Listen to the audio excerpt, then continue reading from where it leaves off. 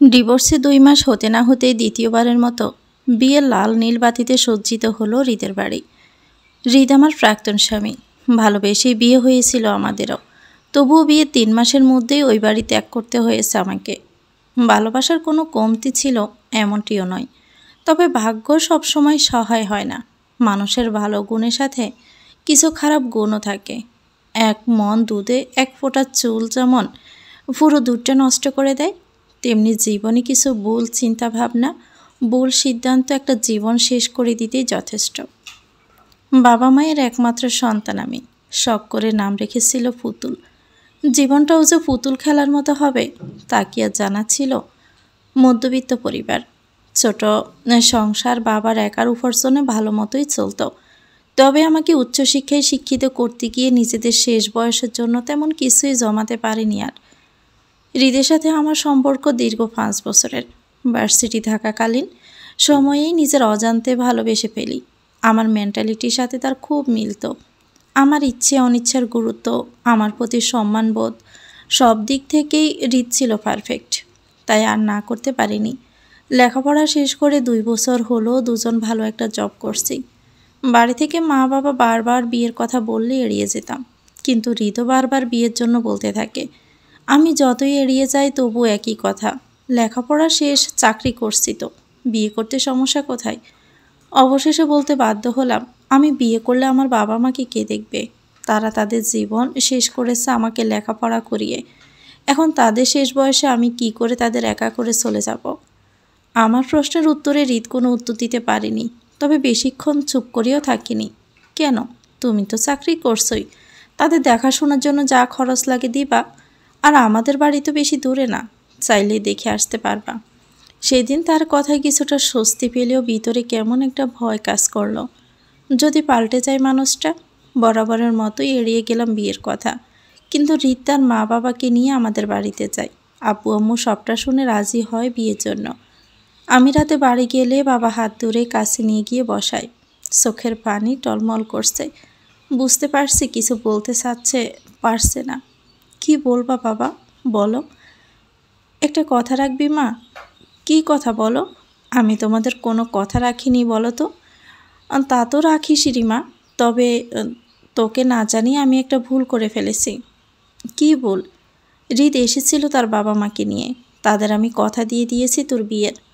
কথাটা শুনে কেন যেন ভিতরটা শিরশির করে উঠল। আমাকে তাড়ানোর জন্য এত তাড়া তোমাদের? আচ্ছা, আমি চলে গেলে কে দেখবে তোমাদের শুনি? আল্লাহ আছে। তাছাড়া তোর তো নিজের সংসার হতে হবে। আমরা আর কয়দিন, তারপর তুই একা হয়ে যাবি। আর একেবারে কি চলে যাবি নাকি? যখন মন চায় আসবি যাবি। তুই আর না করিস না মা। আমিও না করতে পারিনি। ছোটোখাটো অনুষ্ঠানের মাধ্যমে বিয়ে নামক পবিত্র বন্ধনে আবদ্ধ হই। দায়িত্বটাও বেড়ে যায়। আগে অফিস থেকে বাড়ি সামলেও এখন বাবার বাড়ি শ্বশুর বাড়ি ২ দিকেই নজর দিতে হয়। প্রথম যেদিন অফিস যাওয়ার জন্য তৈরি হচ্ছিলাম, শাশুড়ির নানান কথা। বাড়ির বউ কাজ করতে হবে কেন? ছেলে তো কাজ করছেই, তাছাড়া কিসের কমতি তাদের? ওই দিন হৃদ অনেক বলে বুঝিয়েছে যে লেখাপড়া করেছে আর তার তো কোনো ভাই নেই। অনেক কিছু বলি। তারপর থেকে অফিস যাওয়া নিয়ে আর কোনো কথা বলেনি আমার শাশুড়ি। কথা বলারও সুযোগ রাখিনি। সকালে উঠে বাড়ির সব কাজ শেষ করেই অফিসে যেতাম। এক কথা বাড়ি অফিস সবটা এক হাতেই সামলিয়েছি। তবু দুঃখ ছিল না। ভালোবাসার মানুষকে নিজের করে পেলাম। দিন শেষে মনের মানুষটাকে কাছে পাওয়ার মতো সুখ পেয়েছি। আর কি চাই জীবনে? তবে সে সুখ বুঝি সহ্য হলো না ভাগ্যে। ১ মাস কিছু না বললেও ২য় মাসের বেতনের টাকা দিয়ে নতুন ফ্রিজ কিনবে। আরও নানান কাজ করার পরিকল্পনা করলো শাশুড়ি।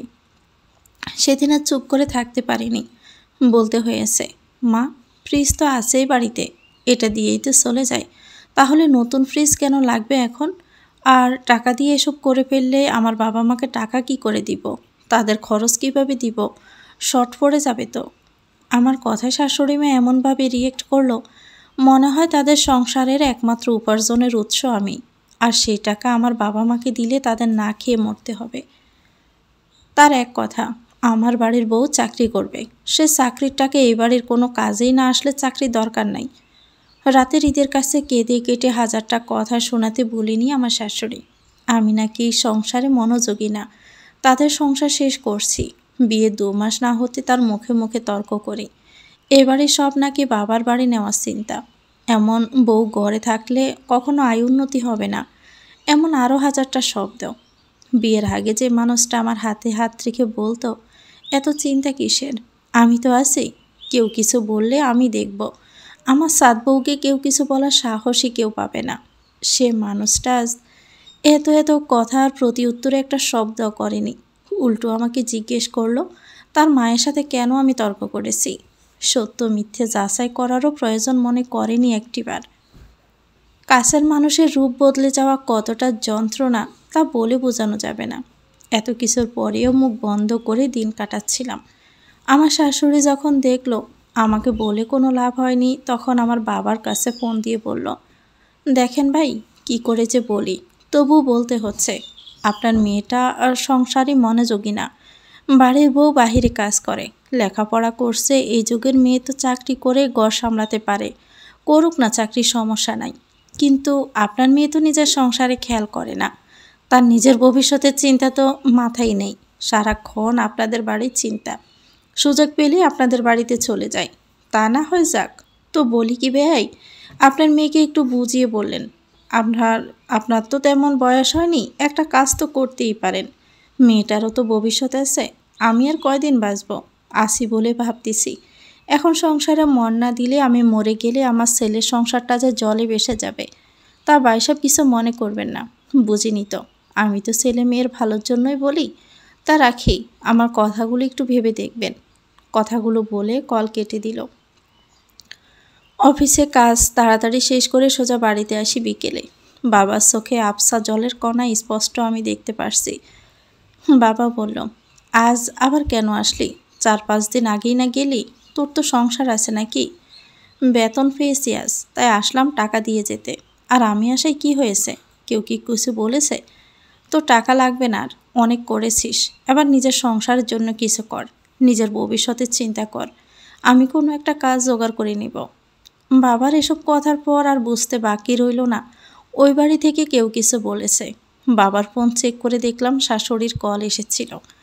কোনো কথা না বলে চলে আসলাম শ্বশুর বাড়ি। রাতের বাসায় এসে দেখলে মন খারাপ করে বসে আছি। কারণ জানতে চাইলে কিছু না বলায় চুপ করে থাকায় এবার বেশ বিরক্ত নিয়েই বলল, আরে বাবা, কি হয়েছে বলবে তো নাকি? সারা দিন কাজ করে বাসায় এসে যদি এসব দেখতে ভালো লাগে না। এবার আর আমি চুপ করে থাকতে পারলাম না। তোমার মা আমাদের বাড়িতে ফোন করে বাবাকে যা তা বলে অপমান করেছে। কেন? আমার কথা তেলে বেগুনে জ্বলে উঠে প্রশ্ন করে, আমার মা মানে? ও, আমার মা তোমার মা না, তাই তো? কি এমন বলেছে শুনি? কি বলেছে তা তোমার মাকে গিয়ে জিজ্ঞেস করো না। ইতিমধ্যে আমার শাশুড়ি এসে রুমে উপস্থিত হয়। বাবা, আমার ছেলেটা বাড়ি আসতে না আসতে শুরু করে দিয়েছ? এতদিন তো বাবার বাড়ির জন্য করে গেছ, দিন শেষে ছেলেটা বাড়ি এসে একটু শান্তিতে ঘুমাতে পারত, এখন দেখছি তার হবে না। আচ্ছা, মেয়ে তো তুমি নাকি? আসলে কি সংসার করার নিয়ত আছে নাকি বলো তো? নাকি চাকরি করে সেই টাকা দিয়ে নাইট ক্লাবে মজা মাস্তি করে জীবন পার করার চিন্তা? কি আর বলবো, ফ্যামিলি থেকে যে মেয়েদের চাকরি করতে দেয় বিয়ের আগে, সে পরিবারের মেয়ে আর সংসার করবে কি করে? কথাগুলো বলে সে স্থান ত্যাগ করলো। চোখের পানির আজ ভাত ভেঙেছে, কিছুতেই থামছে না। রাতে আর আমার খাওয়া হয়নি। পরদিন সকালে রিতকে বললাম, তোমার সাথে আমার বিয়ের আগে কথা ছিল, আমি চাকরি করে আমার পরিবার দেখভাল করব। তাহলে এখন কেন এত বাধা? এমন তো নয় আমার টাকায় তোমাদের সংসার চালাতে হবে। আল্লাহর রহমতে অনেক তো আছে তোমাদের। সংসারের সকল কাজ করে তবেই তো আমি বাহিরে কাজ করি আমার পরিবারের জন্য। তাহলে তোমার মা কেন আমার বাবাকে বলল আমার টাকা না নিতে? কেন এত অপমান করলো? আমার কথার উত্তরে রিত যা বলল তা শোনার মতো প্রস্তুতি আমার ছিল না। তার কথায় আমি হতবাক। এমন কিছু বলবে যা আমি ভাবতেও পারিনি কখনো। মনে হচ্ছিল পৃথিবীতে মানুষ কি করে এত সহজে বদলে যায়, কি করে পারে? এত নিষ্ঠুর হয় মানুষ? এটা কি সে মানুষ যে আমাকে ভালোবাসত? সমস্ত দুনিয়ার সাথে লড়াই করতে পারলেও ভালোবাসার মানুষের কাছে হেরে যেতে হয়। আমরা সারা পৃথিবীর মানুষের সাথে লড়াই করে বেঁচে থাকতে পারি, সমস্ত পৃথিবীর সাথে যুদ্ধ করার সাহস শক্তি রাখি, কিন্তু হেরে যায় ভালোবাসার মানুষটার কাছে। প্রিয় মানুষের সাথে রাগ, অভিমান, ঝগড়া করার ক্ষমতা মেয়েদের আছে, কিন্তু সেই প্রিয় মানুষটা যখন বদলে যায় তখন চুপ করে নীরবে অশ্রু বিসর্জন দেওয়া ছাড়া মুখে একটু কথা বলার শক্তিও হারিয়ে আমরা ফেলি। তাই তো সেদিন চুপ করে বাড়ি থেকে বের হয়ে আসতে হয়েছে আমাকে। সেদিন হৃদ আমার কথার জবাবে বলে দেয়, আমি আমার বাবা মার একমাত্র সন্তান, তোমার জন্য কি আমি তাদের ফেলে দিতে পারবো নাকি? আর মা তো খারাপ কিছু বলেনি, সব মাই তো তার ছেলের সংসারের জন্য এতটুকু চিন্তা করবেই। মায়ের কথাই তো কোনো অযুক্তি নেই। দেখো, তোমাকে ভালোবেসে বিয়ে করেছি বলে এই নয় তোমার কথায় আমি আমার মাকে কিছু বলে কষ্ট দিব। মায়ের কথা সহ্য করে থাকতে পারলে থাকো, না পারলে কি করবে তুমি জানো। তবে হ্যাঁ, মায়ের মুখে মুখে যেন তর্ক করতে না শুনি তোমাকে আমি, তবে কিন্তু খারাপ হবে। তখন কথা বলার মতো শব্দ আমার মস্তিষ্কে আসছিল না, শব্দগুলো গলায় দলা পেকে যাচ্ছিল বারবার। শুধু একটা কথাই বলতে পেরেছি, তুমি যেমন তোমার বাবা মার একমাত্র সন্তান, আমিও কিন্তু তার ব্যতিক্রম নই, আমিও তাদের একমাত্র সন্তান। তোমার বাবা মাসে যেমন তুমি ছাড়া কেউ নেই, আমার বেলায় ঠিক তেমনি। সেই বিষয়টা তোমার মাথায় রেখে আমাকে বউ করে ঘরে আনা দরকার ছিল। আর কোনো কথা না বাড়িয়ে কাপড় গুছিয়ে বাড়ি থেকে বের হয়ে আসলাম। ভেবেছিলাম কেউ বাধা না দিলেও হৃদ অন্তত একবার বাধা দিবে, কিন্তু না, আমার ধারণা ভুল। মানুষটা আর আমার আগের মতো নেই। তাই তার থেকে এতটুকু আশা করাটা শুধুই স্বপ্ন। বরং বের হওয়ার সময় হৃদের সামনেই শাশুড়ি বলেছিল, যে বাবা এমন পরিবারের মেয়ে এক স্বামীর ঘর করতে কি আর মন টিকে? রাত বিরাতে তো আর বের হতে পারে না এই বাড়ি থেকে, তো এ বাড়িতে মন বসবে কি করে? শোন মেয়ে, আমার ছেলে তোমাকে পছন্দ করেছিল বলেই কিছু চিন্তা না করে বউ করে এনেছিলাম, নয়তো অমন পরিবারের মেয়ে এবারের চৌকাট কখনো পার হতে পারতো না। আর যে মেয়ে একবারেই বাড়ি থেকে বের হয়ে আমাদের মান সম্মান নষ্ট করবে, তাকে আর এই বাড়িতে আনবো না। সুতরাং স্বামীর ভাত খাওয়ার ইচ্ছে থাকলে ঘরের বউ ঘরে থাকো। আর তোমাকে এসব বলেই বা কী লাভ? তোমার তো বাপু সংসার করার ইচ্ছেই আর নাই। তবে আমার সাফ কথা, এবারে চৌকাট পার হয়ে বের হলে আর জায়গা হবে না তোমার এ বাড়িতে। কথাগুলো বলার সময় হৃদ সোফায় বসে ফোনে গেম খেলছিল। সবগুলো কথা তার কান পর্যন্ত পৌঁছে গেছে, তবে তার মধ্যে কোনো প্রকার প্রতিক্রিয়া নেই। একটা বার আমার দিকে তাকিয়ে দেখার সময়টুকুও তার হয়নি ওই দিন। সে কখনো আমার চোখের পানি সহ্য করতে পারতো না। বিয়ের আগে আমার চোখের পানি দেখলে নাকি তার সারা পৃথিবী পাল্টে দিতে ইচ্ছে করতো। কখনো কাঁদতে দিত না আমাকে। সে কারণেই হয়তো ওই দিন আমার চোখের পানিটা তার সামনে বেশি উঠত। তাই আর তাকায়নি আমার দিকে একটিবারের জন্য। সেদিন বাড়িতে আসার পর বাবা মা আমায় অনেক বুঝিয়েছে হৃদকে ফোন করতে, তাদের বাড়ি ফিরে যেতে, কিন্তু সে একবারও আমাকে কল মেসেজ করেনি, একটি বারের জন্য আমার খোঁজ নেয়নি। বুঝে গেলাম তার জীবনে আমার প্রয়োজন শেষ। আর আমি একবারও আর বিরক্ত করিনি তাকে। হৃদ আর আমার অফিস প্রায় কাছাকাছি হওয়াতে অনেকটা সময় রিক্সা দিয়ে যাওয়ার সময় দেখতাম একটা মেয়ের সাথে ফুচকার দোকানে।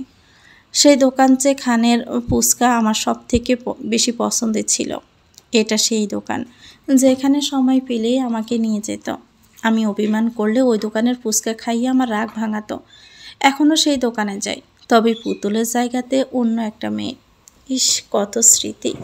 বলে যাওয়া খুব সহজ হতো যদি তার মতো বেইমান হতে পারতাম। তা হয়তো সম্ভব নয় এক জীবনে, এসব স্মৃতি থেকে নিজেকে বের আনা। 1 মাস 23 দিন পর প্রিয়সী নাম্বারে কল হচ্ছে। দুবার কল দেওয়ার পরে রিসিভ করলো। চিরচেনা সে কণ্ঠ। হ্যালো, আমি নির্সব। কি হলো, কথা বলছো না কেন? কথা না বললে ফোন দিয়ে রেখেছো কেন? অদ্ভুত তো।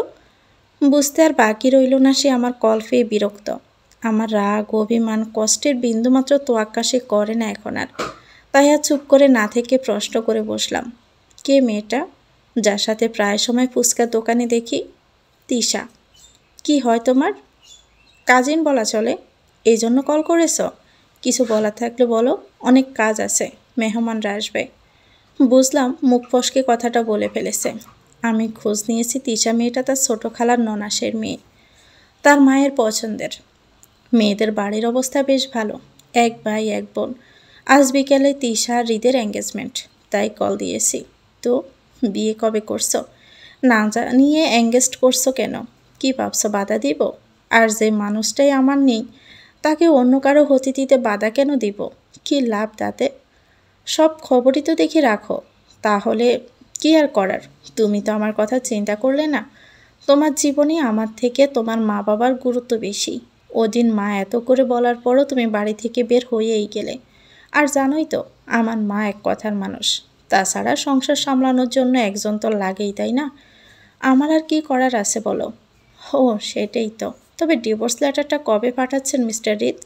2-3 দিনের ভিতর পেয়ে যাবা। ভালো থেকো, রাখছি। বলে কলটা কেটে দিল। ভিতরটা দুমড়ে মুচড়ে যাচ্ছে। এত যন্ত্রণা কেন? বেইমানের জন্য কেন এত কষ্ট হচ্ছে?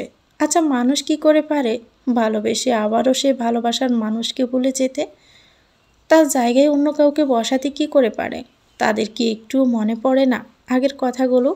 মনে পড়ে না ওই জায়গায় 2 দিন আগে অন্য কেউ ছিল?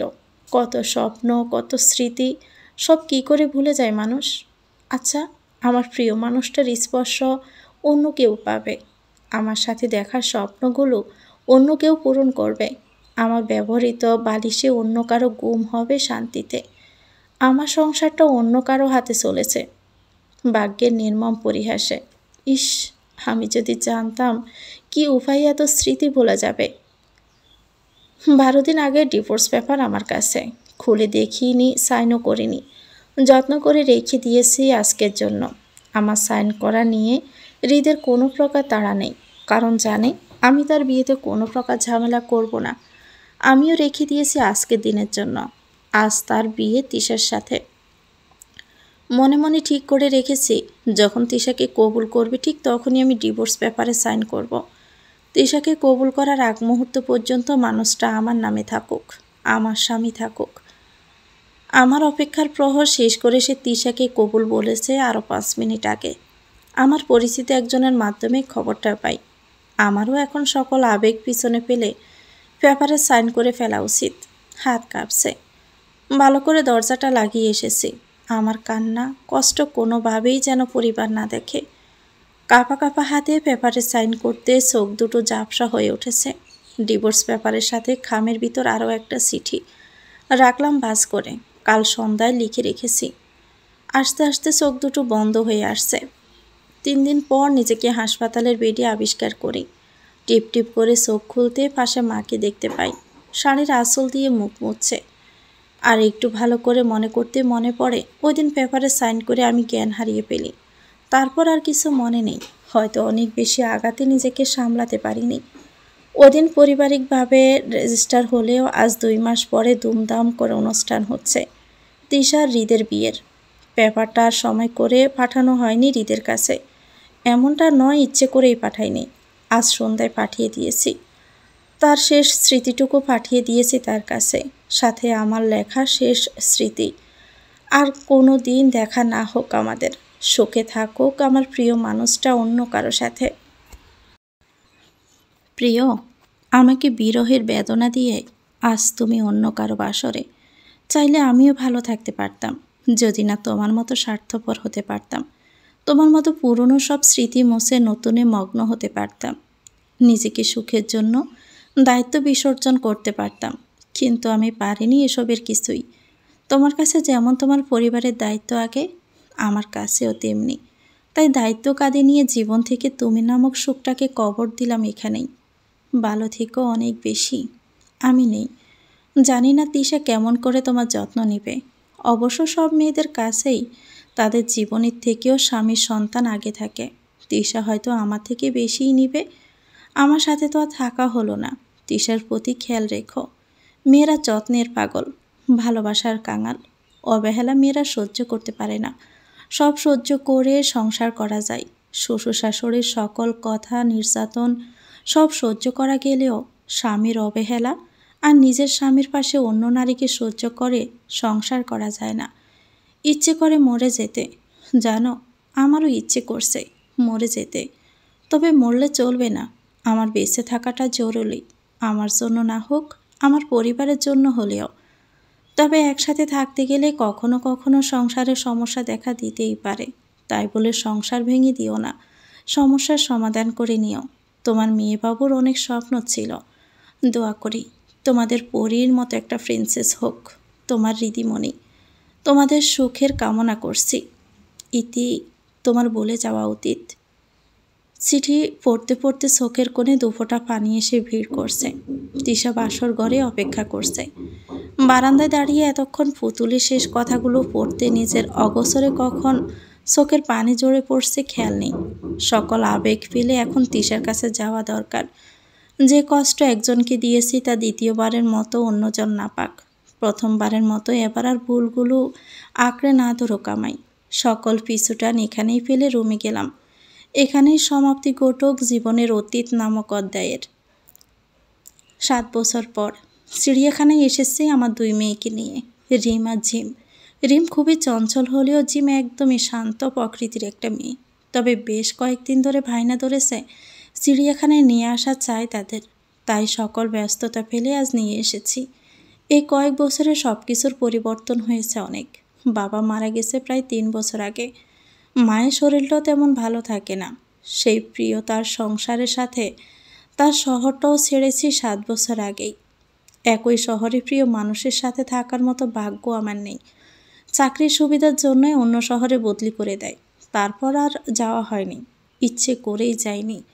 কিছু প্রিয় জিনিস দূরে রাখাই ভালো, এতে কষ্ট কম হয়। প্রিয় মানুষের পাশে অন্য কাউকে দেখা খুবই যন্ত্রণার। আমার মধ্যেও বেশ পরিবর্তন এসেছে। শত হাসি খুশি থাকার চেষ্টা করেও আমি ব্যর্থ। সবাই একই কথা বলে, মুখে নাকি বিষণ্ণতার ছাপ স্পষ্ট দেখতে পায় সবাই। সারাদিন শত ব্যস্ততায় দিন পার করলেও রাতের শেষটায় ঘুম ভেঙে সেই অতীতে ফিরে যায়। মনকে হাজার বুঝিয়েও লাভ হয়নি, সে কি আর আমার কথা শুনে? আয়নায় দাঁড়িয়ে এখন আর নিজেকে একজন সুন্দরী মেয়ে দাবি করতে পারি না। চেহারা 35 বছরের মহিলার মতো আবসা ছায়া এসে গেছে 27 বছর বয়সেই। চোখের নিচে ঠকে যাওয়া কান্না আর নির্গুম রাত্রি যাপনের কালসেসাব। এত এত ব্যর্থতার মাঝেও আমার বেঁচে থাকার আর এক অধ্যায়ের নাম রিমঝিম।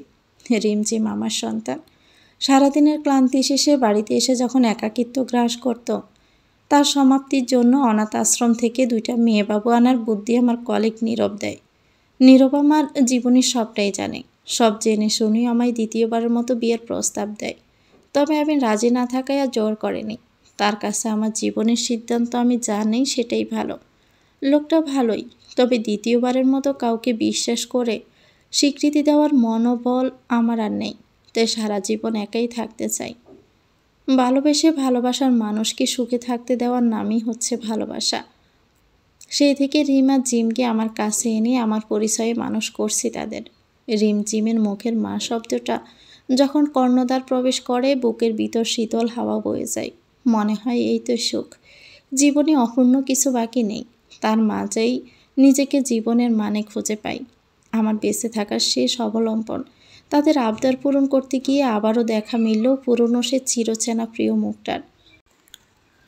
4-5 বছরের একটা মেয়ে, চেহারা হুবহু হৃদের মতো। চারদিকে ছোটাছুটি করছে মেয়েটা। পিছন থেকে রিদিমণি রিদিমণি বলে ডাকছে হৃদ। তার সাথে স্ত্রী তিশা। কত সুখের একটা সংসার, সুখী পরিবার। এমন একটা সংসারের স্বপ্নই তো আমার আর হৃদের ছিল। হয়েছেও তাই, শুধু আমি নেই। তবে তার প্রিয় সংসারটা আছে। বুঝতে বাকি রইল না এই তিশা হৃদের সন্তান রিদিকা। রিদিকা নামটা আমি আর হৃদ মিলেই ঠিক করেছিলাম। প্রথম মেয়ে বাবু হলে হৃদের সাথে মিলিয়ে নাম রাখবো রিদিকা, আর ছেলে হলে আমার নাম নুসরাত পুতুল। নামের সাথে মিল রেখে নুসান আহমেদ প্রথম। ভাগ্যের খেলায় আজ হৃদের মেয়ের নাম হৃদিকেই রয়ে গেল। শুধু মায়ের জায়গায় আমি নয়, অন্য কেউ দখল করে আছে। আমার সাথে দেখার স্বপ্নগুলো একে একে বুঝি সবই পূরণ হলো, তবে আমার সাথে না, অন্য কারো সাথে। আমার প্রিয় মানুষটারও একটা সুখের সংসার হলো অবশেষে, তবে আমি নয়, অন্য কেউ তার পাশে। একেই বলে বুঝি ভাগ্য। রিমঝিমের সাথে বলে ওঠা মা শব্দ কানে আসতেই ধ্যান ভেঙে গেল। এতক্ষণে রিদিকারা চলে গেছে অনেকটা দূরে। মা কি দেখছো ওইদিকে? ময়ূরের পালক কিনে দাও না মা, বইয়ের ভিতর রাখবো, তারা বাচ্চা দিবে। চুপ কর, কে বলেছে বইয়ের ভিতর পালক রাখলে বাচ্চা দেয়? এসব ভুয়া কথা। আর দেখছিস না মা কিছু ভাবছে, সেদিকে খেয়াল নেই তোর? এটা ওটা চাই শুধু। কথাগুলো জিম বলল। বেশ ভালোই বুঝতে পারছি জিম নীরব প্রকৃতির হলেও রিমির থেকে জিমের মায়া জ্ঞান সব কিছু বেশি। আহ জিম, বকছিস কেন? ও ছোট মানুষ, এত কিছু বুঝে বলতো, চল কিনে দেই। সন্ধ্যা হয়ে আসছে, বাড়ি যেতে হবে। শেষবারের মতো পেছন ফিরে তাকিয়ে আর একটা বার তাদের সংসারটা দেখার চেষ্টা করলাম, কিন্তু তারা এতক্ষণে অনেক দূরে দৃষ্টির বাহিরে চলে গেছে। তো ভিউয়ার্স, গল্পটির নাম হচ্ছে প্রিয় তার সংসার, লিখেছেন নুসরাত পুতুল। এটা সিজন 1। যদি সিজন 2 চান কমেন্ট করে জানাবেন, পরবর্তীতে দেওয়ার চেষ্টা করব। গল্পটি ভালো লাগলে একটি লাইক দিয়ে দিবেন, কমেন্ট করে জানাবেন কেমন লেগেছে। আল্লাহ হাফেজ, আসসালামু আলাইকুম।